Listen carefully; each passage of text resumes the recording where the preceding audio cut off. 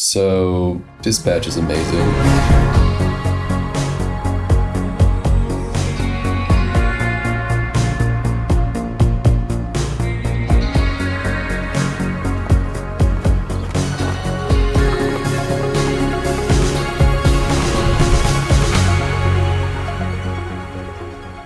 I just need to talk about it and get my thoughts out of my brain somehow. I have some issues with it, obviously, but overall, I mean, the game is just amazing. It's been on my mind like every second of the last week. I can't remember the last time I was as hyped for something as I was going into episode 7 and 8. Most of this video will be taken up by me bringing up issues I have with the game's plot that I want to talk about. But that's not at all to say that I don't love the game. They may or may not be mistakes on the developer's part, but for the sake of discussion, I'm going to try and justify them, to myself at least. Also, I will be spoiling everything, so go play the game. First and foremost, how did Shroud lose in the end? I've been through all the game theory on this moment 1,000 times. I'm not steps ahead, I'm miles. So, don't fucking test me. By my count, there are 4 possible scenarios. I think 3 of them are fine, but unfortunately the worst of them is the one that most people will probably get. If you choose to give him both, Shroud losing makes total sense, whether or not Visi is the one to finish him off. Every permutation. Every... Uh-oh. Fuck! Wait. Just a hunch, but I'm starting to think that you guys wrong. No. It's just... If he's still powered up and Visi is able to get the drop on him, I guess that works. Just in time. Be a dear and help me. But if you don't choose to give him both, meaning he's still powered up and Visi doesn't get the drop on him, how the hell does he lose to Robert here? Oh, God damn it. Look, you're hurt. You're not thinking straight. You don't want to fight someone who knows which hand every punch is coming from.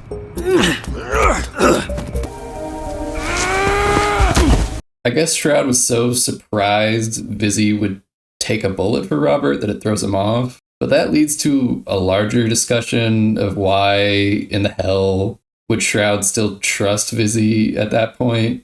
She'd already gone off script by going to get the Astral Pulse. She helped fight against his forces in the final battle. Thematically, I get it. Robert took a chance. He chose to see the good in Visi, and he won. He was rewarded.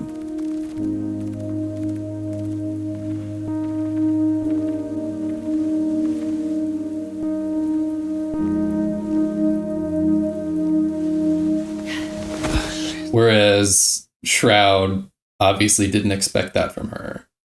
But within the text of the story, I think it's a little messy. There he is. So predictable. When you give your villain the ability to predict anything, to see everything coming, to never be surprised, you need to be very careful how you handle it. For a guy who can see all the possibilities, he can see all the outcomes, he didn't see that coming, to the point that he could predict when Blazer would show up and kick a door in.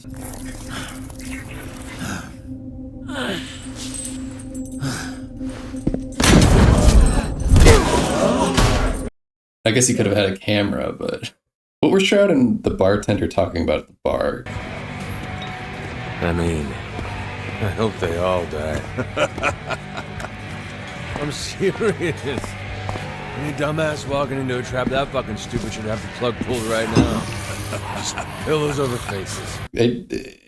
That line didn't sit right with me. I don't understand what they were talking about. They say it's a trap, but trap how? Who were they trying to trap? If they're talking about Visi, that doesn't make any sense because they're about to reveal to Robert that she duped him. And poison, were they talking about the gas? Oh man, have you seen what the poison does to their faces? They get all red and puffy. It was unclear what was happening in that scene in general. I kind of just assumed that was smoke she was breathing in. Like, I don't know how an inhaler would have helped with poison gas. Hey, Visi, stay calm. Your inhaler is... Few feet in front of you, okay? You gotta get to it. And this ties into why Red Ring were there. How did Red Ring find out about the pulse's location? The fuck are you doing? Oh, not much. Just looking for your stupid-ass pulse that's somewhere on this big-ass boat. This one must have dropped a pin in the supervillain group chat, because this place is crawling with dipshits. If it was Visi, it only makes sense. It only makes it even more weird that Shroud trusted her later. That she both went to get the pulse and tipped off the Red Ring as to where it was and stole it from Shroud. Plus, either Shroud really did almost kill her, or she just took a dive because she knew Robert was watching. Yeah, it doesn't make any sense that he trusts her later. If it wasn't Visi, I can't see how it would have been anyone else besides Prism, maybe? This is crazy. She thinks she's like you, but she's not. Oh, by the way, how did Shroud not see her do this? She steps out of the door and does it right in front of him. I mean, she's right there.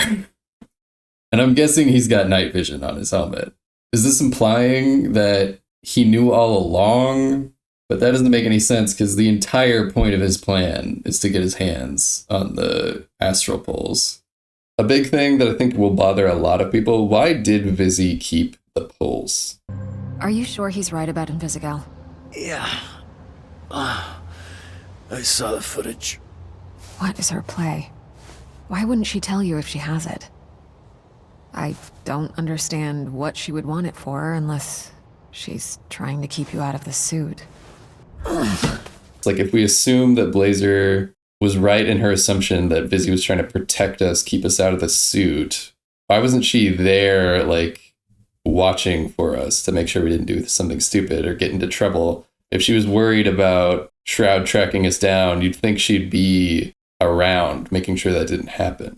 Or if she was just trying to draw Shroud away from Robert, she should have made it more clear to Shroud that she wasn't doing it for us.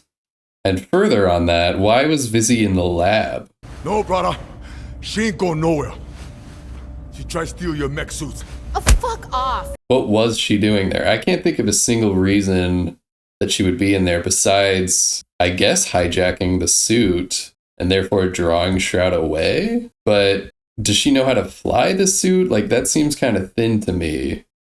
A big thing for me in episodes 7 and 8 was how down everyone was on Invisigal. We heard about the suspension bullshit. It ain't enough, Robert. Not for what she did. To put everything we've been building at risk, and for what? I like the bitch, but she gotta go. And by go, we mean cut. Just like you cut Coop. I think watching Jax and Charlie's videos really cued me into this even more. I think, like, it's hard to see her as having done much wrong at all. Courtney, look, you went in knowing the risks. What you were willing to put on the line to help me. What you didn't know was what Chase was willing to put on the line for you. And even if she did fuck up, it's weird how down everybody is on her. Nobody else had a connection to Chase that we're aware of, at least nearly as close as Robert does, besides Blazer. But Blazer is the most compassionate out of everybody on the team besides Gollum. But everybody is so ready to cut her immediately, even though Chase kind of only ever talked shit about them. Bunch of drunk-ass Z-teamers, please. Y'all wouldn't make it past the front door. I can't think of a single scene that they were together besides the party, maybe. Can't believe you actually hung out with these fuckers. You jealous, old man? Of what? Let me guess. You get into a bar fight? I'm right? That's what criminals do at bars. They ruin everybody's fun. But even in that context, Invisigal was right. Tomorrow night? This thing's not gonna sit still for that long. If we don't grab it, someone else will. She's right. They're ready. We're ready. Robert, no. It's not happening. Like, she might have tipped them off, and that's why they were there. But she was right. From everybody else's point of view, she was right that they would not have had time to get it the next day. They had to be there that night, or else they would have missed their shot. Invisigal's story to Robert doesn't make any sense. Then one day Shroud came to me and said I could have the whole deck cleared if I was able to do one thing. Place a bomb on the back of Mechaman undetected. I quit the moment I placed it. I walked out before it even blew. My augments conveniently stopped working. So I signed up for the Phoenix program the next day. Why would she quit immediately after planting the bomb? And I can understand why Robert wouldn't think too much about it after having the bomb of her involvement dropped on him. But what about her planting a bomb? I guess she wouldn't have known that she didn't kill him, but I'm sure she's done worse shit and more shit than planting one bomb on a mech. And why would she, even in that case, why would she quit immediately? She said that would have paid off her debt. So why would she immediately quit and therefore lose her augment? There are a few weird things in the final confrontation. I think the scene, and I'll talk about it later, but I think the scene with the Z team handling the mech is so fucking cool and such a good team building moment and such a good wrap up. So it is a little weird when immediately Shroud has the upper hand again. You're alive. Nice. You too. Nice. New, look. Why? What happened? I still look good, right? You're like a French soccer player who's going through something. Stop!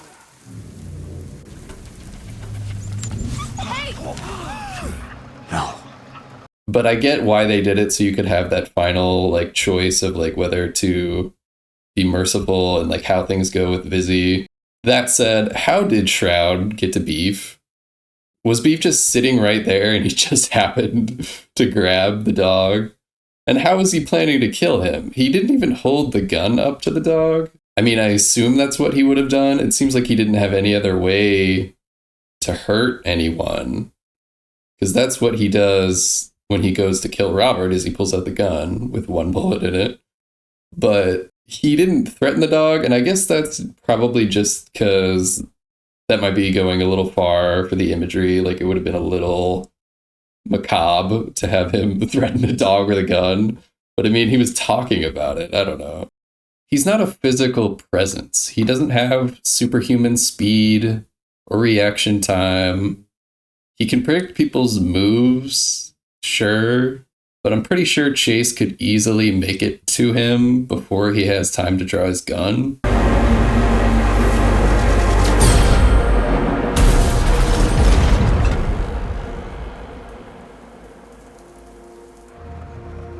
Shroud's got a new suit now? What the fuck? How long was I out? Why the hell did Robert go to a villain bar, especially when he knows it's a Red Ring hideout? I know we're in a villain bar, but have some class, you know. If you're gonna blow some fucker's brains out, non-slip mats are a must. They were there the other night and fought a bunch of Red Ring guys, and yet he shows up there again. Did he know? Was he looking for a fight? I guess that's like the most likely explanation. What's up? You don't like asses?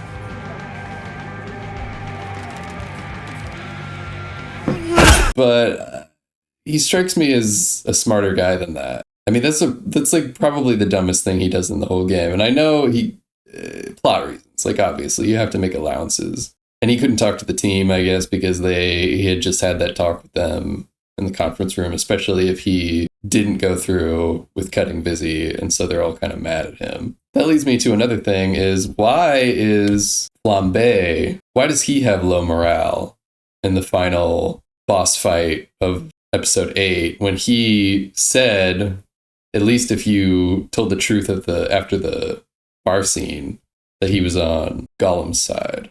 I feel the same as Gollum. You all let me back in when you didn't have to. But I won't make you keep someone you want gone. Anyway, what'd I miss? Oh my god! Oh, not much. Just the end of the fucking world. Good to know. I reckon we're gonna try and put a stop to that. Another thing that bothers me after reading the final comic is what is canon, the comic or what Shroud says? Because Shroud has this whole story about shooting him 5 times, missing with the first, chest, heart, face, head, face. The first bullet grazed his shoulder. I hadn't adjusted to the adrenaline spike. The second hit his upper chest. The third burst his heart. He was lying on the floor, eyes full of fear, when I put the fourth through his face. Bit of a waste to put the fifth through that idiot's skull, but I wanted to make sure it worked after all these years. But the comic Death of Mechaman shows 1 shot, and the imagery here is kind of unclear too. Like, it looks like Trackstar is going to save him or push him out of the way, but he ends up not somehow. It's like one panel he's about to save him, the next panel he didn't. So which is canon? I think if I had to guess, I would say Shroud lied. I think that makes sense. But then it kind of lessens the impact of the idea of like one last bullet to kill Robert. Like, where did the other 4 bullets go in that case? But I do like that it complicates Mechaman Sr.'s character. I think it's cool that he was like, this was one final test for Eli to see if he was ready. But that doesn't make sense because, assumedly, somebody found Robert Sr.'s body, presumably Trackstar, and surely Robert would know by now what happened and would know if Shroud was lying. So maybe Shroud is telling the truth. Like, if there was a funeral and Robert saw the body, he would know if he was shot in the head, or if it was just 1 shot to the chest.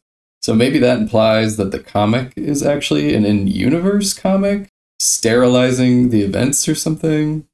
Why did Armstrong almost break Visi's cover right before the bar fight? Let a loser-ass bitch of a hero into our supervillain bar. Why is everyone... Do I look like a bitch? Don't answer that. Fuck. Is he big?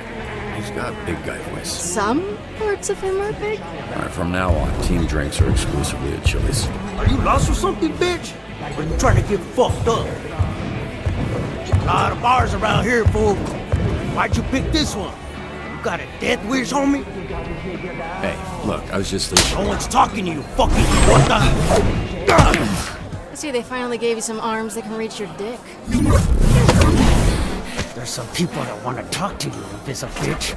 Like, what was that about? Why? I like that they like make it unclear what Armstrong is doing, because like on first viewing, you kind of assume, and Robert assumes, that Armstrong is talking to him when he says bitch. But if you watch closely, you realize that he's talking to Visi. But in that case, what was he doing? What was his objective? Like, just making shit to get them out of there? Because other than that, like, why... talking to her about like their job and like what they're trying to do, in retrospect it's like, oh, he's clearly like mad at her because she like fucked up a job. But like in the moment, what was his objective there? Or is he just that stupid? Why was Invisigal willing to leave the team if she was working for Shroud? Are you smoking in a playground? The fuck's wrong with you? There you go. One more strike against me.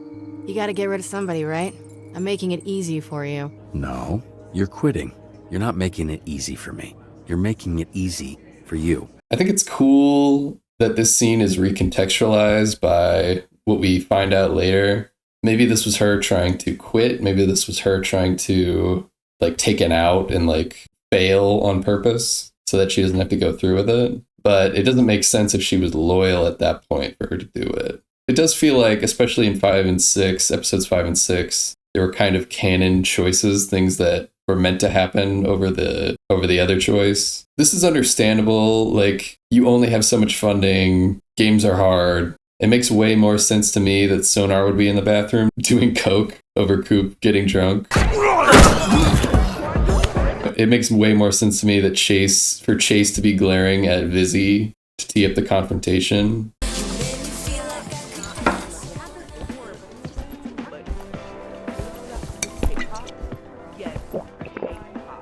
Giving Shroud both, though, is probably the most egregious example for me. It makes the whole ending make way more sense, especially when, like, the other 2 choices barely affect anything. It's a chance for the player to show their priorities and be like, well, I'm not going to risk giving him the fake in case he does something to beef. But I don't think that's worth sacrificing the believability of the scene. It just makes way more sense for him to fuck up and fail at the end if he's taken the wrong pulse. And it gives Robert the chance to lay on a little moral, insert some themes, which was really pleasant. I really liked that scene. I trust my gut and I take my best guess, just like you used to do. Before you plugged all those fucking Christmas lights into your head. Before you were afraid to make your own decisions, Elliot. Maybe we wait till we get home? Shut the fuck up! But I missed it because I gave him the real one on my first playthrough. This is my last issue, and I'll admit that this one is just a personal thing. I hate this joke with Thumbstick. No, absolutely not. No way. Really? And what part of not wanting to touch this man's dick and balls do you think I'm unsure about? Fine, Jesus. That's disgusting.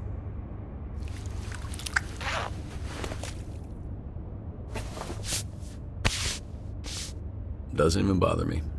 It's not funny, the dialogue options are misleading, it's the grossest the game ever gets, and I probably wouldn't care except it's the last moment of levity we have before the big finale.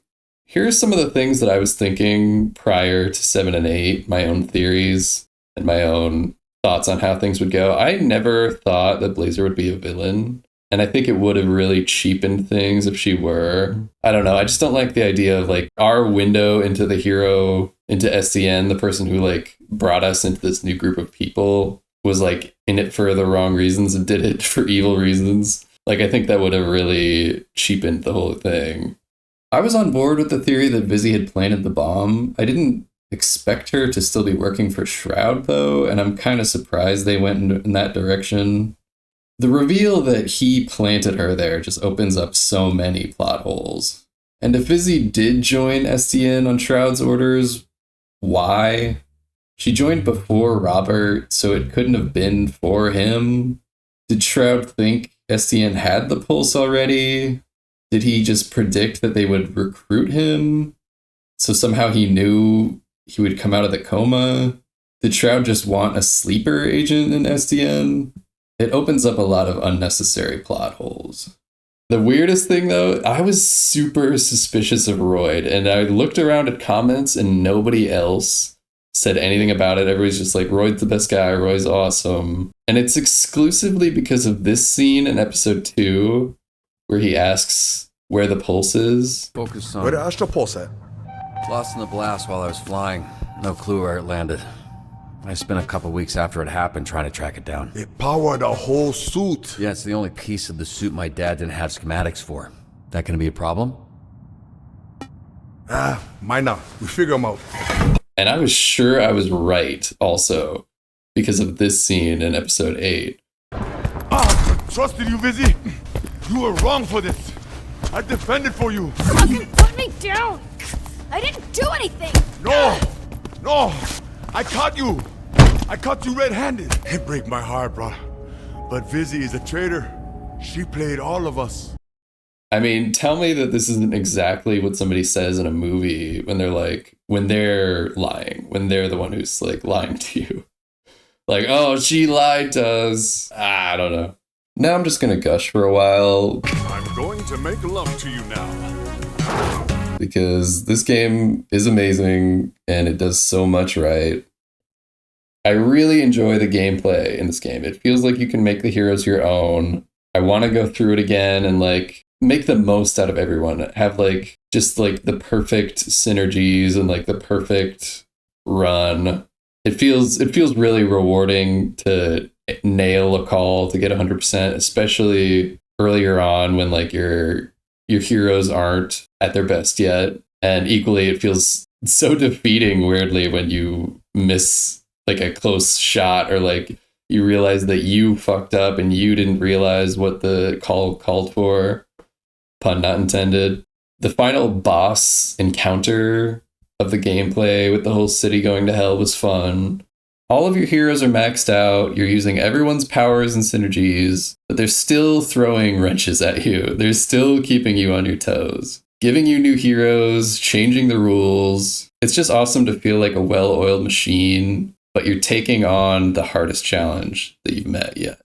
I was worried the game would ditch the gameplay in the final episode to do cinematics. I kind of predicted that Robert would be back in the suit by the end, and I was worried that, like, with so little time left to wrap up, just 2 episodes, I was sure that, like, we wouldn't have a dispatch in the final episode, but I'm really glad we did. We ended up having both. We had great cinematics, and we had an awesome, tense, like, boss encounter of the gameplay, too, which was awesome.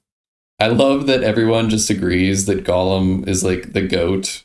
Watching Charlie and Jack's videos was so cool, and seeing them like gush over Gollum and how strong he is just in the game mechanics way. I didn't even choose the spread thin ability. I chose the other one, but it's so cool being able to reset him at the start of each shift. I think that's an awesome call on their part. I don't think every character has mechanics that cool, but I do think they all fit. And I think they're all interesting, at least most of the time. Coop and Sonar, maybe not. I love Sonar's strong back if you give him the flying license. But Coop and Sonar's abilities, powers, are probably the weakest of the bunch, but everybody else is absolutely awesome. I love Visi's rumors, even if I didn't think they were that useful. I love the dichotomy between her having wolf pack versus lone wolf. That's awesome. Prism is so cool. What you mean temporarily? Bitch, you blind forever. She was probably my MVP, in fact. Her duplicates were super helpful, and the extra time she gives you is like having another pot of coffee. Punch Up, I doubt many people will use. I don't think they're that useful. It's sort of like a plan to fail thing. But I do think they fit very well. Like, I like the idea that he can't be injured.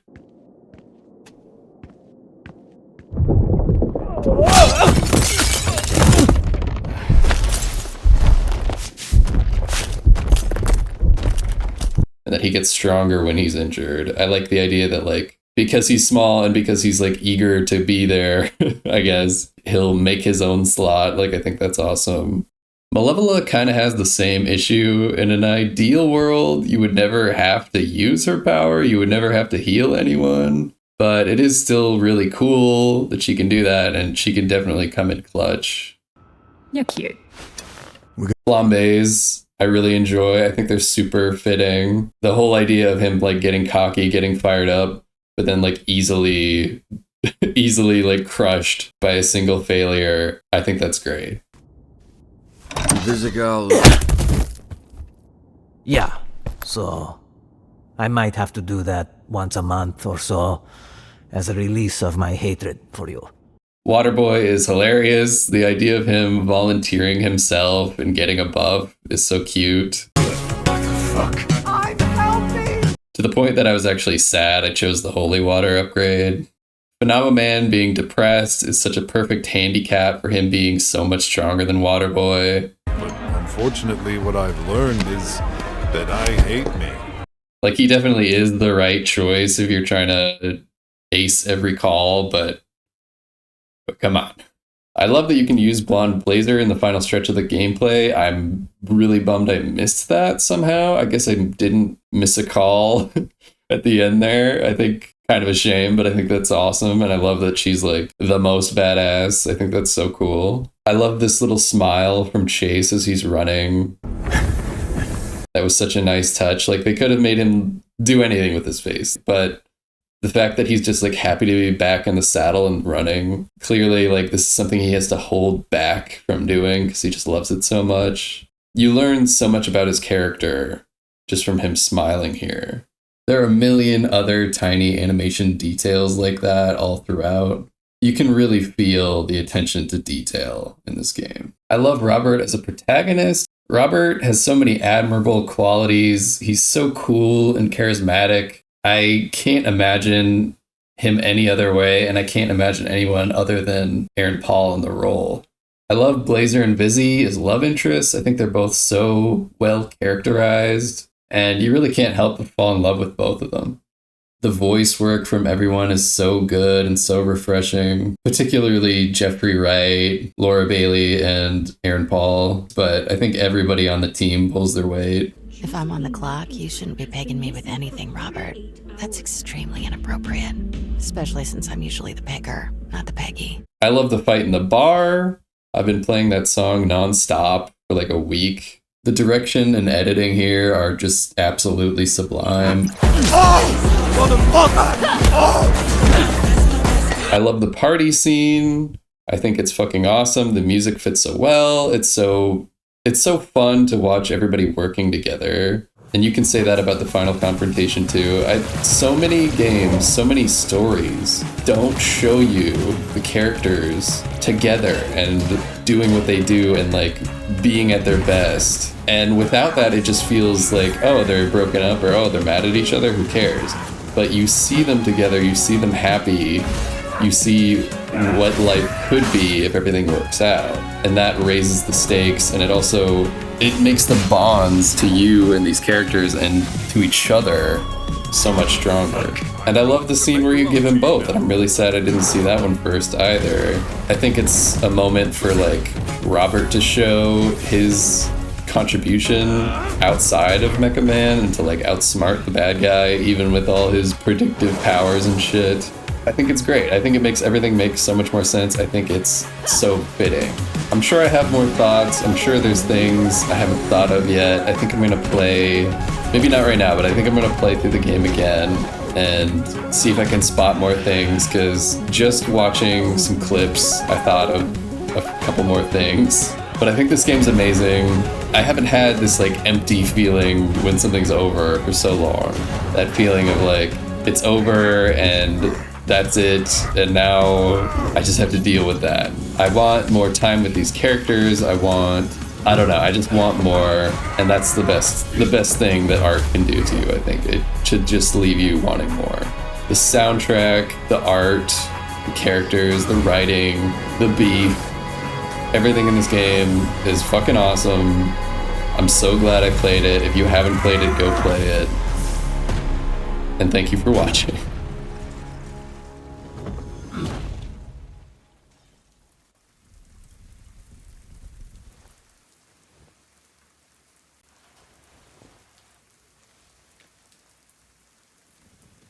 We fucked them in the face.